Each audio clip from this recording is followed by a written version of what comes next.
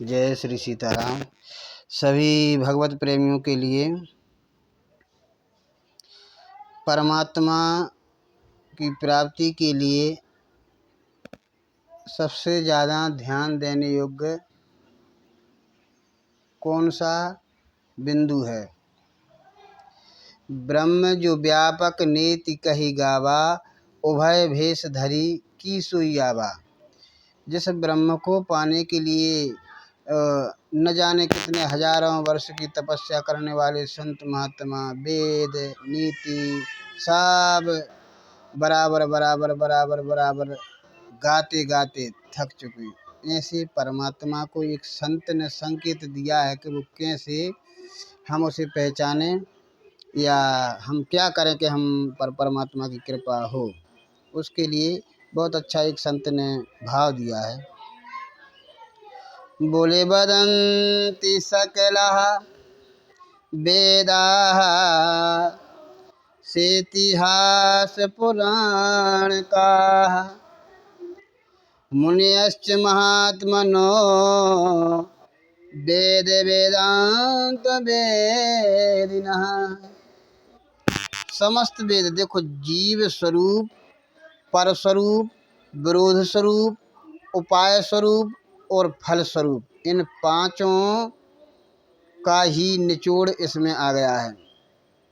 समस्त वेद, इतिहास, पुराण, वेद वेदांत के ज्ञाता मुनि महात्माओं का सिद्धांत है कि जब तक इन पांचों का बोध नहीं हो जाता तब तक जीव संसार से पार नहीं हो सकता।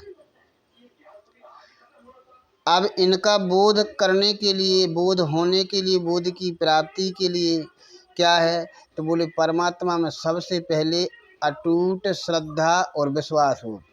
क्योंकि विश्वास तो हालांकि ऐसा है कि वो जो एक बार हो गया तो हो गया, पर हमारी श्रद्धा में थोड़ी सी खोट आ जाती, कभी कहीं जुड़ गई, कभी कहीं टूट गई, कभी किसी स्थान से, कभी दूर स्थान से, कभी नज़दीक स्थान से जुड़ गई। तो श्रद्धा के इस बदलते मरकट की नाई भक्ति के कारण हमारा विश्वास भी कमज़ोर पड़ जाता है। और कभी कभी प्रकृति का ऐसा नियम है कि हम भगवान की भक्ति करते हैं, कोई व्रत करते हैं, कोई अनुष्ठान करते हैं, कोई उपाय करते हैं और हमारे जिस भी कार्य के लिए करते हैं उस कार्य को होने की अवधि नज़दीक आ गई और उस समय हमारी श्रद्धा ईश्वर से टूट करके किसी अन्यत्र स्थान में चली गई। अब चूँकि तुम्हारा वो पूर्वत कार्य तो पूर्ण होना ही है, 8 दिन में, 10 दिन में, 15 दिन में, माह में, और उतने दिन के बीच में तुमने अपनी श्रद्धा कहीं और जोड़ ली, जिसके कारण से हम समझते हैं कि इस स्थान में बहुत ही ज़्यादा शक्ति है। लेकिन ऐसा बिल्कुल भी नहीं है। सत्य सत्य होता है और असत्य असत्य होता है, चाहे आप दिन को लें चाहे आप रात को लें, पर सत्य कभी बदलता नहीं है। अब इस सत्य की आड़ में, इस भक्ति की आड़ में, इस विश्वास की आड़ में सांसारिक कुछ व्यवधान भी उत्पन्न करते हैं और एक दूसरे को कहीं अन्यत्र जोड़ देते हैं और ईश्वर की भक्ति से हमें हटा देते हैं, जिससे हमारा ये मानव जीवन जो है, पंचभौतिक शरीर से बना हुआ ये शरीर अधम का अधम ही रह जाता है।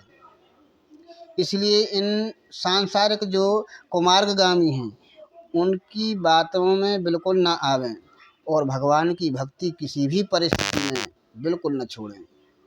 क्योंकि जो लोग जिंदगी में हमें सबसे ज़्यादा चुनौतियां देते हैं, वास्तव में सच्ची में वही हमें सिखाते हैं। और इन चुनौतियों से लड़ो, क्योंकि ये भौतिक वस्तुओं को परमात्मा के बीच में मत आने दो। और जो परमात्मा की ओर जाएगा तो ये भौतिकवादी परेशानियां पैदा करेंगे। मीरा जी ने भक्ति करी, कितनी परेशानी, लोगों ने उनको कलंकित भी किया, उल्टा सीधा भी कहा। गोस्वामी बाबा ने भक्ति करी तो उनको भी उल्टा सीधा इस समाज ने नहीं छोड़ा उनके लिए। ध्रुव प्रहलाद आदि के इतिहास कथाओं से हमें ये ज्ञान मिलता है कि भगवान की भक्ति हम जब भी करते हैं तो कुछ न कुछ व्यवधान आते हैं, लेकिन उस व्यवधान का मतलब ये नहीं कि हम श्रद्धा भक्ति और विश्वास से हट करके, ईश्वर से हट करके और दूसरे विधर्मियों का साथ दे करके और उनके यहाँ अपना जो माथा टेक करके और हम जो सुख की कामना करते हैं, ये व्यर्थ है, ये काम नहीं आएगा। चाहे कितना बड़ा उपासक क्यों ना हो, कुछ भी हो, ये तो फिर भी, क्योंकि सदग्रंथ जो हैं और वेद पुराण जो हैं हमें सच्चाई का ज्ञान कराते हैं कि हमारा जो जन्म है, हमारा कहाँ से कैसे हम कहाँ तक पहुँचे हैं, इस विषय में सच्ची जानकारी हमारा परिवार ही दे सकता है, हमारा पिता ही दे सकता है, हमारा दादा परदादा ही दे सकता है कि हम किस वंश के हैं। तो ये हमारे जो ग्रंथ हैं, ये हमारे दादा परदादा पूर्वज ही हैं, इन्होंने बताया कि ईश्वर की सत्ता क्या है। तो इस सत्ता को आप पाने के लिए या इसी मार्ग पर जाने के लिए भैया बहुत अटूट श्रद्धा के साथ में भगवान की सेवा करो। और यदि हम ऐसा करते हैं, और हमारी इसकी पहचान भी है कि हम इसमें कितने सच्चे हैं। यदि वास्तव में हम सच्चे हैं तो किसी भी प्रकार के व्यवधान आदि आपको परेशान नहीं कर सकते हैं। अच्छा कर भी दें यदि, तो दुख हो सुख हो उससे हमें कोई अंतर नहीं पड़ेगा, ये उसकी पहचान है। तो आप जो है अपने सनातन धर्म से जो है बड़ा बहुत प्रेम करें और परमात्मा का भजन करें, इसी में हमारा जो है भला है और हमारी पीढ़ी दर पीढ़ी सबका भला है। और ऐसा दीपक जलाएं जो समस्त अपने कुल को, अपने वंश को प्रकाशित कर दे, और वो प्रकाश केवल राममय ही हो। जय श्री सीताराम।